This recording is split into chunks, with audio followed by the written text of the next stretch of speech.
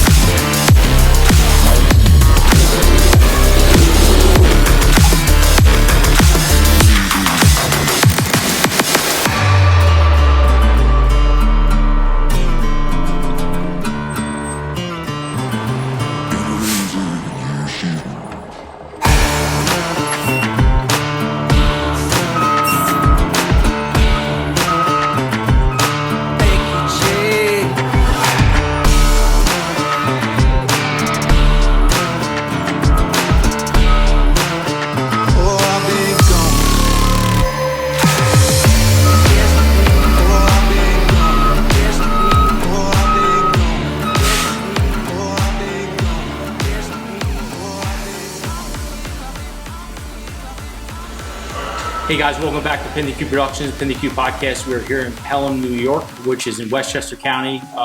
Really cool house with a lot of character. I am with the Chief. Chief, introduce yourself. I'm Chief Rob Banquet, Pelham Fire. Chief, thanks for coming on to the show. Thank you. I appreciate it. First, thanks for having us. I appreciate you guys coming up. Yeah, this has been going on for a while now. We've been trying to, for a few years, been trying to get this off the ground, but finally happened. Yeah, circumstances are what they are, and we're here. Obviously, with COVID, that put a squash on things too. Yeah. Nice to see things coming around. Absolutely, absolutely. Chief, walk me a little bit through the dynamics of this fire department, because the first thing I noticed is how awesome this building is as far as old historic culture. Right. So this is actually the third firehouse in in what was the fire district of Pelham. The first two were next door in our parking lot. This was built in 1927, and in 1975, there was a village of North Pelham, Pelham Heights, and the village of Pelham Manor. The village of Pelham and Pelham Heights, North Pelham merged, and the fire district actually became part of the village, and this is where we are today. What I liked about it is walking around with Chris, we got to see the building itself, and although it's definitely dated and it's past its prime, it has a lot of character. A lot of history. If these walls could talk. Absolutely, absolutely. I mean, all the architecture, the windows, how things were designed. Years ago, this was the place where everybody wanted to go to. I've spoken to some of the older members. They've told me that there used to be dances on the third floor, basketball games, pool games with 5 deep. Downstairs used to be parties at all times. That's so cool. So yeah, this definitely could be a lot of great stories. Right. And it's neat. When we just talked about like the walls could talk. Right. All that activity went on. I know when we were up there, we saw some of the photographs of like the basketball court and, like you said, the dance and dinners and all that. Yeah. It must have been a crazy time up there. yeah, I'm sure it was a whole different time. A lot of trying to get the stories from a lot of the older guys, who giving me some good feedback, telling me who's in the pictures, so that years from now we'll be able to have that history go when we hopefully move across the street to our new building. Right. And a new building is absolutely necessary. It's 100% what we need, especially from having a look around.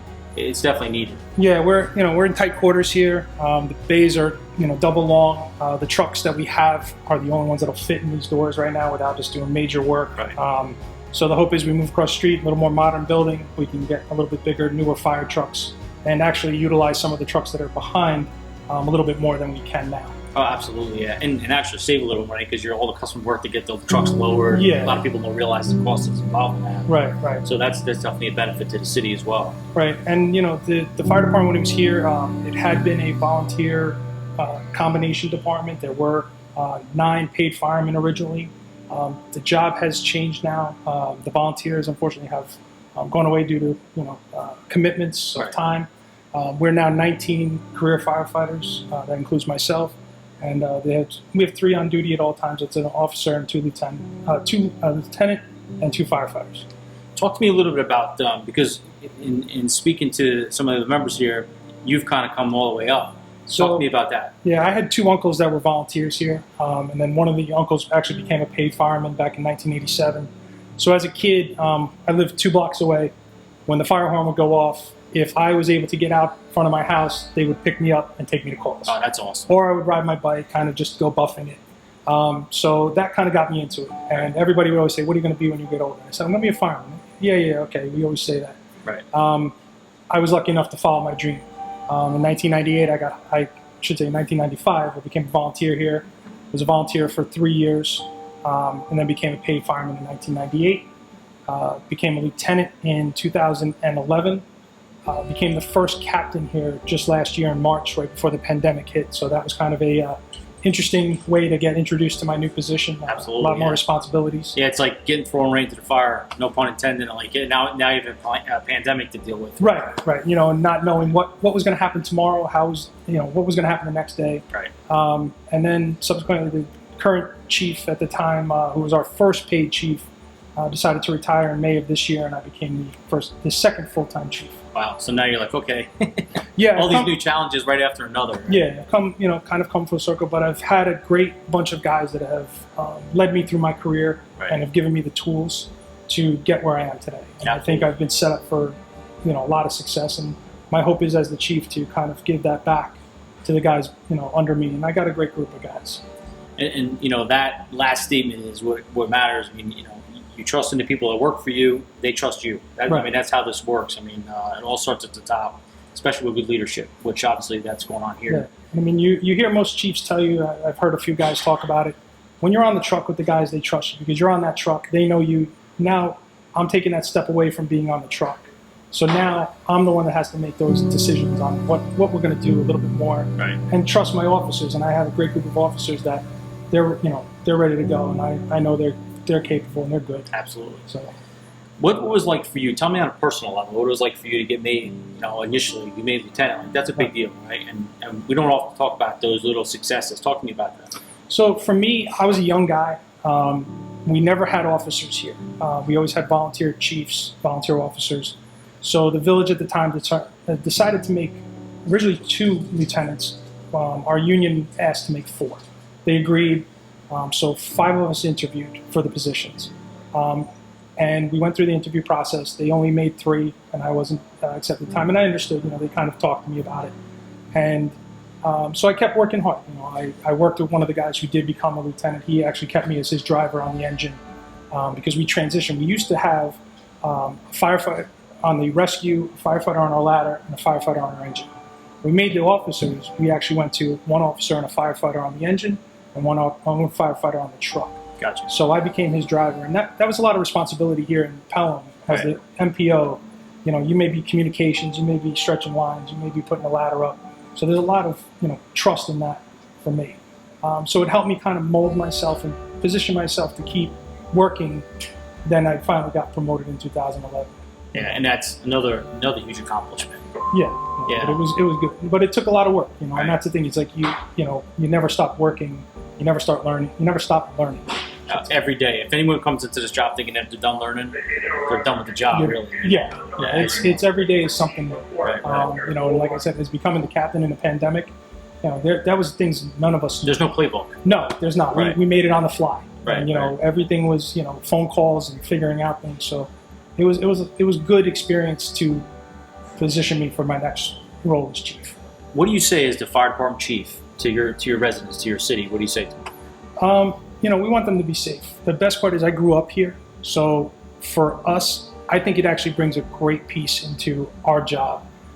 We go on calls when people are having their worst days. Absolutely. And they're stressing out. They see a familiar face, and it kind of starts to calm them down already. So, especially on medical calls, that's a big comfort for them. Right. You know, and the majority of the guys here actually grew up in this town, went to school together. Which is great. So, you know, it's a familiar face any place you go. Right. I think one of the things you got going for you is just that a lot of people from the community know those familiar faces, Right. and then, you know, your guys on the job all grew up together as far back as grade school. Yeah. And now they're in a house together, which Right. makes for a fun time. It does. And also makes for, you know, knowing each other and having serious time. Yeah, and that's the biggest thing. I mean, we're a small job, so, you know, unlike these bigger jobs where you got, you know, 8, 10 guys in a firehouse, you're with 3 Right. for 24 hours. So it's, you know, you're going to make or break what you're getting. So this, you know, that camaraderie is great because we've had that basis. And the biggest thing for us too has been our Instagram. Absolutely. Yeah. You know, for a lot of years, how we found you. Yeah, for a lot of years, you know, people don't know what the fire department does. We Right. had a lot of people move from New York City who they know that they see a fire truck, they see a cop car, and they see an ambulance, but they never know that there's actually a station here until we show up and they're like, oh, where are you guys from? We're like, oh, we're on Fifth Avenue. So that's been another big point of us doing that Instagram, is to get the word out. It's, you know, who we are, what we do. You know, when there's been questions about, hey, the fire department just bought this new tool, what is that? Right. We've been able to now showcase that tool, Huge. whether it's a call or training, and people are like, oh, that's what they use it for. Okay, and that's been huge for us. Absolutely. Yeah. You know, we had a Girl Scout a few years ago who did a project for us. She actually raised money and bought us brand new set of airbags. Wow. And you know, everybody's like, oh, you know, what do you need for them? Like, it's only one time.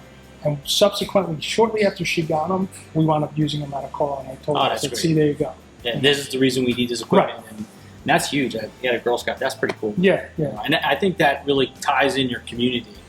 You know, when you have someone doing that, which is really yeah, I mean, and we do outreach to all the community groups, so, you know, we have that tie-in too. So, you know, it's great when a kid wants to give back to their community and figures out a way to do it through the fire department or police department. Absolutely. So, Chief, where would you like to see the department, let's say 5 years? What's your 5-year plan? You know, I know that there's a big talk about maybe some sort of regionalization. For this job, you know, hopefully to grow a little bit more on the manpower side, right. Because we are at the, you know, very minimum. There is a lot of growth going on. Where we stand today, maybe 127 unit apartment house in the next couple years. The neighbors to our north and south of us, they're putting up skyscrapers. So I think you're going to see a lot more of intermunicipal work together, a lot more dual responses. But that's what I'd like to see, and really expand this job.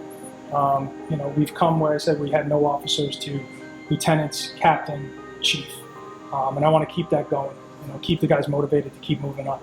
I'm glad you said that, because you know what's going to happen. Guys are going to do that. Yeah. You know, guys are going to say, hey, there's a lieutenant spot. Hey, there's a captain spot. There's a chief spot. So all that growth forward is awesome. Yeah, that's what we want. We want guys to be in the books and not be kind of complacent that, hey, this is all we have. Right. So that's where I'm hopeful. And you know, we have a very young job that's a tough message to get out. You know, we were talking earlier about senior men. Right. And you know, some of the best senior men were never officers. Right. They ran the job. You know, that kitchen down here. Myself as a boss, I was actually lucky to have 2 senior guys work under me, and I didn't have to worry about coming down, take care of things. It should never get to you. If No. you have 2 good senior guys in the house, that everything goes to the senior guy, and it should die there, really. Yeah. And if it goes beyond that, then it has to go beyond that. But most of the time, senior men in the house can really.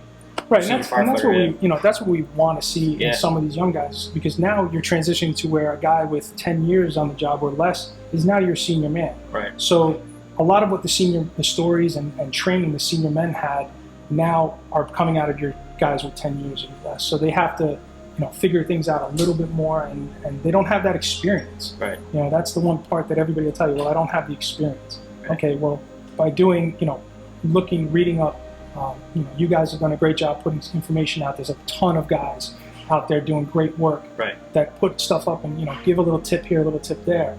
And that's going to help. Absolutely. Chief, I really appreciate you talking to us, having us in your house, giving us an inside look at the fire department here. It's really impressive from the outside, but even more impressive inside, especially getting to talk to you, breaking bread with the guys in the house. Yeah, no, thank you for thanks coming. so much, Chief. Thanks, I appreciate it.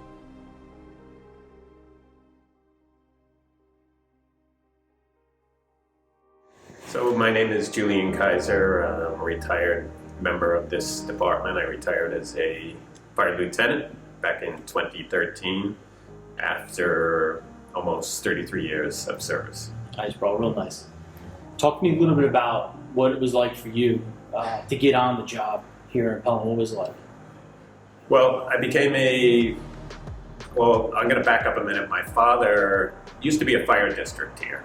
So we had 2 villages, no longer, but back in the day, so to speak, was a fire district. My father was retired from his job at the Associated Press, and he became secretary to the fire commissioners, the fire board here. And I got to start spending time here as a kid, so I kind of lived in this firehouse for the years that he was involved in the board.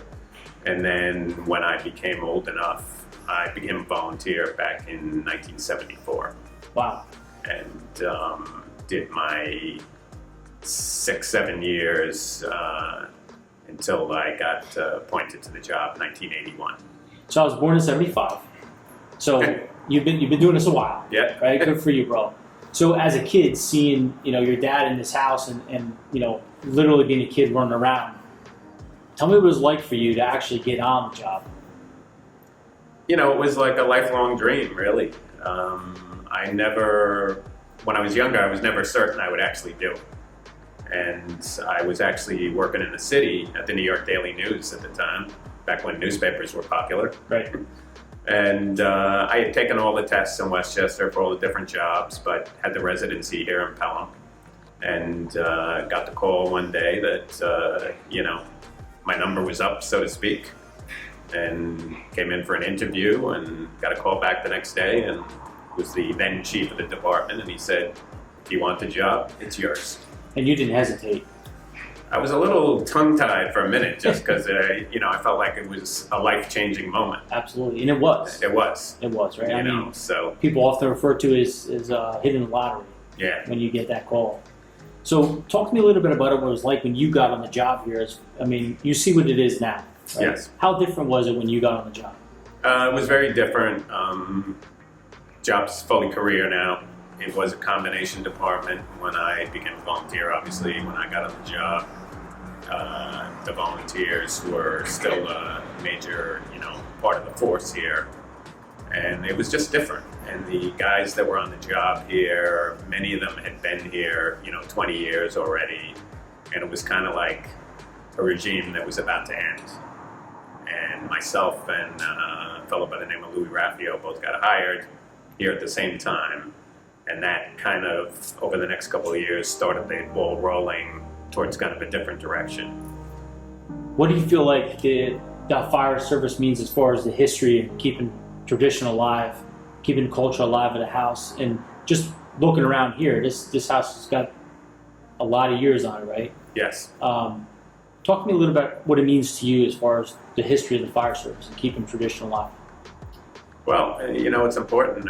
As you know, it's a big part of what we do. And, like anything in life, I think, you have memories of the way things were, and, they're good memories in a lot of ways. Might be like a side story, but one of the things that I really noticed, I feel like when I was a kid or even when I got hired, you look at the apparatus here. Back in the day, you could always tell the difference between the various apparatus. They all had like a distinct personality. American La France, you recognized that it went down the street.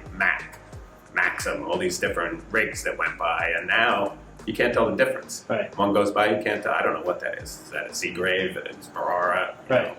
So there was something lost with the personality of the apparatus, I feel like now. But That's a great point. Yeah. Because you're right, everything is so modernized Right. now that back in the day, you're Right. absolutely right. You knew a Mac. If I saw a CF Mac, I knew Right. immediately. Yeah, it was a American CF Mac. LaFrance had the thing with the headlights. Right. You recognize them. Now I can't tell the difference between anything. Everything looks the same. Looking back at the job, and before you made lieutenant, and you were a senior man in the house, tell me about what you thought your responsibility was as a senior man in the house. Well, really, the way we operated here, a senior man was kind of like an acting officer, and everybody kind of felt that way. So you looked up to whoever the senior person was on the shift, and they were in effect an acting lieutenant. So really, when I did get promoted, it was great to get promoted, and it was great that they finally recognized we needed officers here. But to me, it was kind of a seamless, thing, Transition. because I had already been acting like in charge of my group.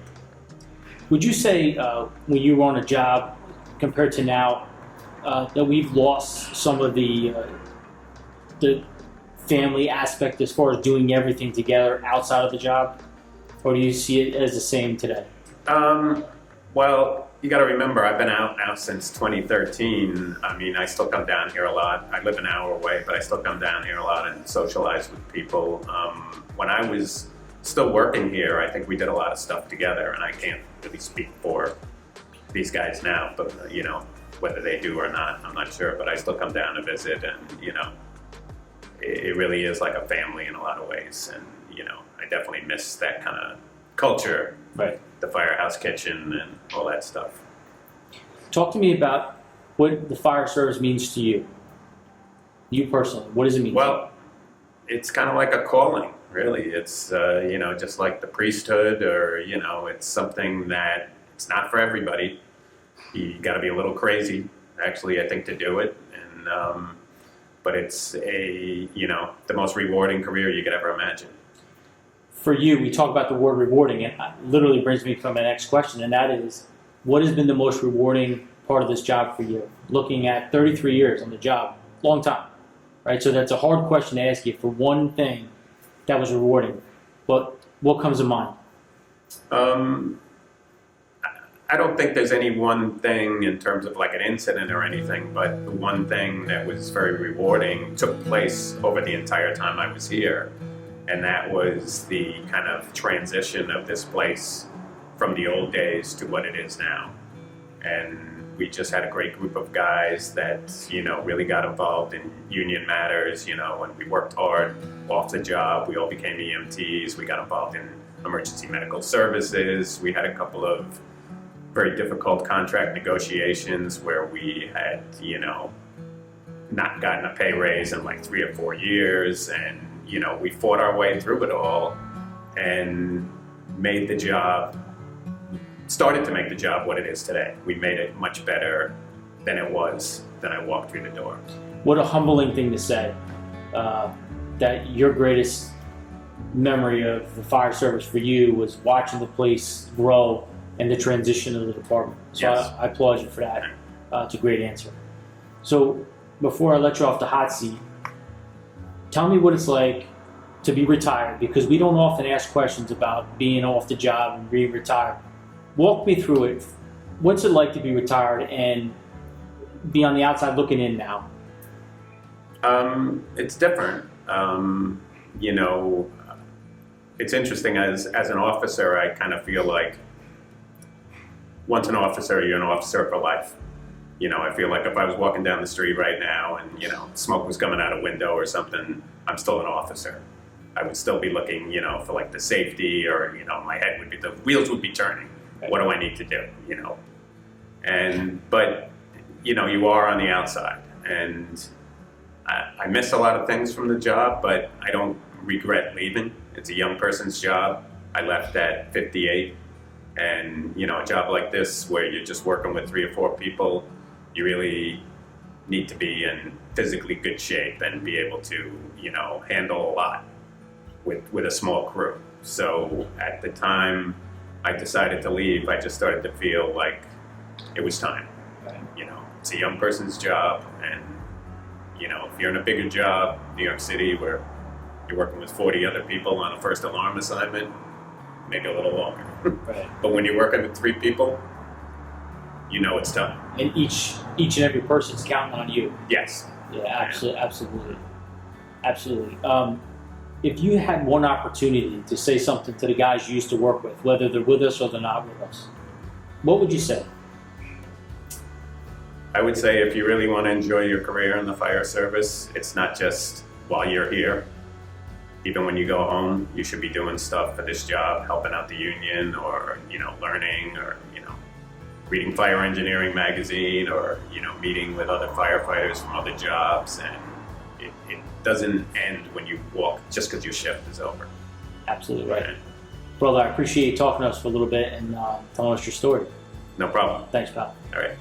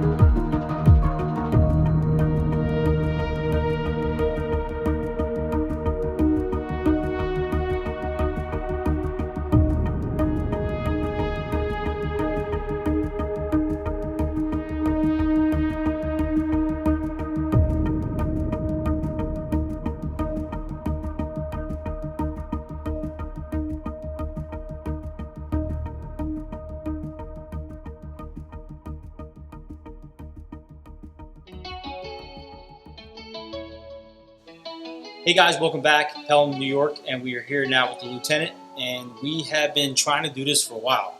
Since what, 2019? Yeah, 2019, we started talking about this, and then everything happened, and here we are. Yep. And I got an opportunity to talk to the chief, which was awesome. Yep. Bro, tell everybody who you are. My name's Frank Bellantoni. Born, raised, educated right here in the village of Pelham. I work here. I've been here for the last 11 years as a career fireman. I was here for a volunteer about 6 years prior to that. Right. That's awesome. So it's pretty safe to say your feet are planted here. Planted. Right? Frank, we talked a lot over the years, through social media and trying to get the word out about the fire department, and the way you did that was through social media.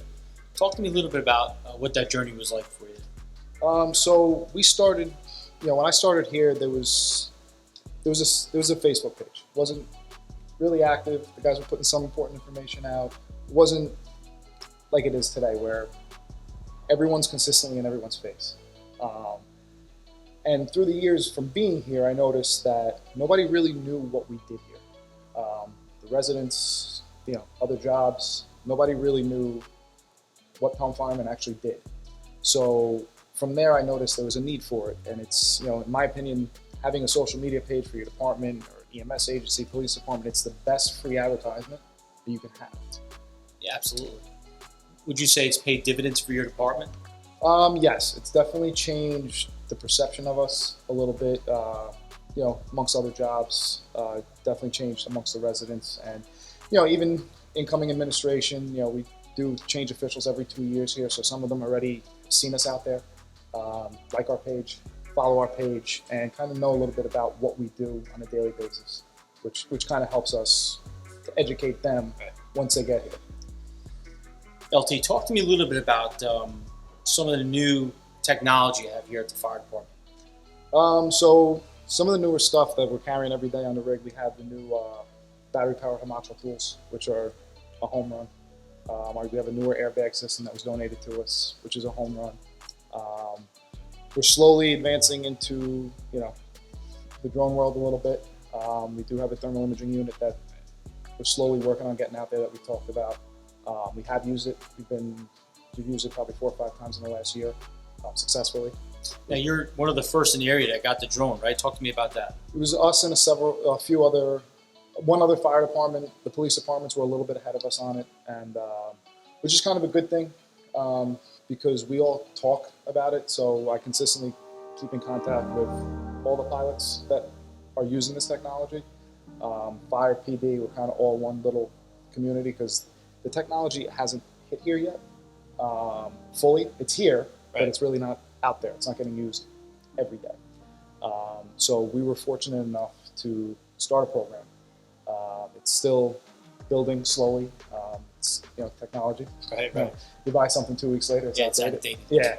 So we have the capability to do it. Slowly, going to start training guys, getting them involved with that a little bit more too. So it's just another tool as a small job that we can offer.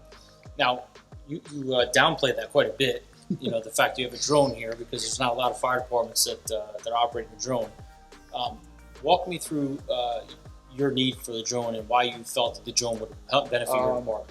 So, drone was a game changer, and then they started coming out with them with thermal. Right. So I started looking at it as something a smaller job could do and deploy with 1 to 2 people. Preferably 2 or 3, but we could possibly do that if need be. Right. Eventually, once we get everyone trained, licenses, all that other stuff, it could eventually be something that just rolls out the door if needed. And this is just another opportunity to better serve your community here in Pelham, on top of neighboring and surrounding communities. Absolutely. It is mutual aid available to PD, FD, whoever needs it. Right. We have used it here. It gives you a little bit more situational awareness. We had a car accident a few years ago, last year actually. The car went over down a 15-foot wall. So we're down about 15 feet. Our main drag is up here. So we're all operating down here. Right. 3 or 4 guys, plus our recall guys, we maybe 6 total. So what we did was we launched the drone after the patients were stabilized and just did a thermal canvas of the area because it went right through, a park. Wow. Restaurant seating was right there. So it kind of, without having to spread the manpower out, we did have people on the ground looking too, but this kind of, it's just a tool on it's top of, right? It's a tool. I mean, it's never going to replace manned aviation. It's never going to replace people, but it was just something we could do quickly to just do an overall scan to make sure that, we had no heat signatures, like God forbid somebody did get hit in the process and launch 20 feet. We were able to cover a big amount of ground in a little bit of time. I think that that's kind of technology on the forefront, especially in the fire service, is awesome. And the fact that you guys wanted to do that here shows you're progressive. Yeah. And in an ever progressing world, it's awesome that you guys have that technology. Yeah. LT, one of the things I loved about in speaking to you is that, off camera, you told me that, you're working with a lot of the guys that you went to elementary school with all the way up. What's that like to work with the guys that you literally grew up with? It's a good time. It's makes for good kitchen table talk. Yeah, high school never ended. No, it's I feel it makes us better in the street. It makes us better here because we know each other. We actually, not that people don't care where they work, we care a little bit more because our parents live here, our grandparents live here, our aunts and uncles live here. So we there's that. This is exactly what we're And talking about. this is the, That's what makes that's exactly it. that's what makes fire service so awesome. Yeah. So you feel like having those people you've grown up with is a benefit to you and also to the community. Yeah, absolutely. Because as the chief said earlier, a lot of times you're helping people you know, or you've seen in passing, or you've known growing up here, or somebody you know's family member. So for us, it's more personal. Absolutely. Growing up in this town, going to school in this town, growing up together, playing on teams together, then coming here, which essentially is a team, and it kind of just it all falls into place. I mean, three of the guys working today, like went to kindergarten all the way through high school with. Yeah, that's awesome. Remained friends, and then we all slowly made our way here, which it's a good thing. It's a good thing because gives you a little bit more sense of pride in the community in general and the work you're doing. And what's pretty impressive too is like even with your recall list, I mean, all your guys are very, very close to home. So in a minute, you got guys in the firehouse for recall list, and then I think your furthest guy away is only 15 minutes. Yeah, right? 15 minutes. Yeah, so that's pretty rare, I think, in fire service where everyone's so close for your second engine. Absolutely. I mean, it just it's the way we're manned.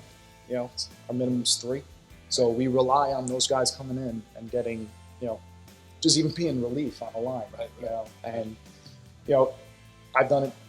All the guys in the kitchen here have done it.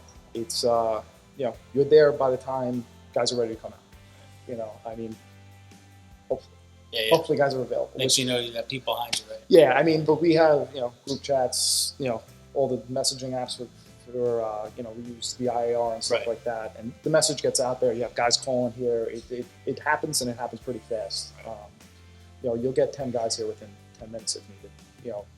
If it's a job. What's been the most rewarding part for you so far in the fire service? To me, because we talked about it before, and you're like coming up, right? And it never really shuts off the fire service. Right? I know for me it doesn't. And you talked about it. Yeah, it doesn't. It's what's rewarding for you? For me, was just getting this job. Was it's where I wanted to be. I realized it, I think, at a real early age, and the way I got the job was, a little unorthodox. We kind of the chief at the time just kind of announced it at a board meeting when the chief got promoted to lieutenant, right. And did my CPAT on a Saturday, and by Tuesday I had the job. And it was, it's where I wanted to be. I mean, I came down here on my 18th birthday to sign up to be as a volunteer, so I knew it's like you're counting down the days, that you can join the fire department. So that's awesome. Like you said, getting this job is hitting the lottery. Yeah, absolutely. This job owes you nothing. Right. It's a good thing. Yeah, it's humbling too. Yeah. Realize. What's it like for you to work with some of the guys that you work with here? I mean, what's that like for you? It's great. They're all a great group of guys. Everyone has their own special, talent or insight. Being in this position too, you kind of need to see things from everyone else's perspective as well. Whereas I see something one way, somebody else might see it a different way, and that way might work. Right. So you need to be able to adapt not only to their opinions but your opinion. You need to kind of maybe even put those together. Right. So, but having that prior friendship and relationship with guys here makes it easier to have that conversation in the heat of the moment. It just makes it flow. Where, I mean, we had a car into the river. We have a small little river, but we had a car into the river on its side. Something totally out of the ordinary for us. But the communication was key. We just knew, and we were able to have those decisions where this won't work, this might work, this will work. And luckily with 3 guys, we were able, we had mutual aid coming to give us a hand because, it's 3 or 4 of us. But, these guys, they did it. Yeah, it's awesome. The guys did it. Absolutely. And it's huge. My job is to look out for what they're doing, and they just, they did it. Yeah, and it's like a well-oiled machine. Everybody's doing what they're supposed to do. Everyone looks like rock stars. Yeah. If you're a civilian looking in on an assignment and everything's going smoothly, that's a good thing. Yeah, always. And that's the benefit I feel working here, working with the guys I grew up with. I mean, even some of the guys who transferred in, like they just molded. It's good. So you're telling me off camera about this house, you know, people wanting to come to this house for a particular reason. What is that reason? So I've had people come knock on the door, you know, and they say, "Is that the engine from Third Watch, the last season?" And the answer is yes, it is. This was in the last season of Third Watch. I didn't know that. I had to ask the chief at the time if it was true, because he was part of Spectrum, you know, getting this rig for us. And before it came to us, it was used at NBC for the last season. Then it was a demo vehicle. Then it came to us. So we obviously made it fit to our needs, you know, like taking out like a high volume pump, you know, adding some pump compartments on the side. But for everyone asking, this is, I mean, there's, so if you're curious and you're like, hey, that looks familiar. That's the reason. Yeah. Why. Yeah. So I found that out probably 4 or 5 when I started the Instagram. Right, when I found that out. It's because people were coming here and people were messaging us, and I'm like, no idea what you're talking about. Right. That's where this came from. Yes. Yes. I mean, you can see all the, you know, cities insignias and stuff on there. It's pretty cool. Yeah. So before I let you off this hot seat, right? Because I know you're like, I just want to be done with this. Talk to me a little bit about what it means to you to be in the fire service, and you know how you got to where you're at. It's just something I always wanted to do. You know, this was the goal. Funny enough, as a child, I was terrified to see you know, these guys used to come around, because my parents' house was right around the corner. Right. Stand on the fire truck, and it was it's a crippling fear as a kid. Really? Yeah, funny enough. And then my mom's good friend, her husband was a lieutenant in the city of New Rochelle. Took me in there a few times, walked me around, got me a little comfortable, I guess, got me over the fear. And then by like the time I was 14 years old, like I just had the bug, I guess. You know, it's just like, this was the goal. You know, it wasn't college, it was this, and it was fire here. service, right? You know, so it's, you know, like I said, getting this job for me was like hitting a lot of. So this is an opportunity for you to talk to someone that you've never met, right? And they say to you, "Hey, tell me about the fire service." You know, what do you tell them? What is the fire service? It's a good job. It's a great job. You get to come here and possibly make a difference for somebody. Right. You know, you get to come here and pass on the knowledge that was passed on to you to the future of this job. You know, it's tradition what keeps the ball rolling, pretty much. Absolutely. Last question. Here it is. Talk to me about Pelham. What does it mean to you? It's home. You know, I mean, I grew up in the house my mother grew up in. You know, she still lives there. You know, some of the apartment buildings that we responded to was my mother's first apartment. That's cool. You know, my brother works here. You know, my mom teaches here. You know, my dad, you know, came to this country at 35 years old, or 34 years old, and made this his home, made a living, raised us here. You know, it's a good place. That's awesome, man. Listen, I want to thank you for, you know, making this happen. No Having this problem. opportunity to come check out the fire department in your house. And these guys, the kitchen table is awesome, man. These guys are awesome. We had a good time. And the chief, you know, have an opportunity to talk to the chief and stuff. What you have here, from what I've seen, and Chris and I talking, it's something special, right? Yeah. It's something special. And the camaraderie and the brotherhood and the way that this place kind of comes together. It doesn't matter how old the building is and if it's falling apart and if there's, you know, bushes growing into it. What matters is what's going on inside, right? Yeah. And you guys are killing it. So Yeah. I'm Thanks. looking forward to seeing even more success and more Yeah. growth in the fire I'm department. glad I'm glad, you know, it's getting seen. Yeah, You absolutely. know, I try to put it out as much as I can. Yeah, well, you got to see it here, right here at PintheQ Productions. And again, thanks so much, brother. Thanks, brother. I appreciate it. All right, guys, thanks so much for popping in with us in Pelham, New York, which is in Westchester County. We have more coming at you. Stay tuned.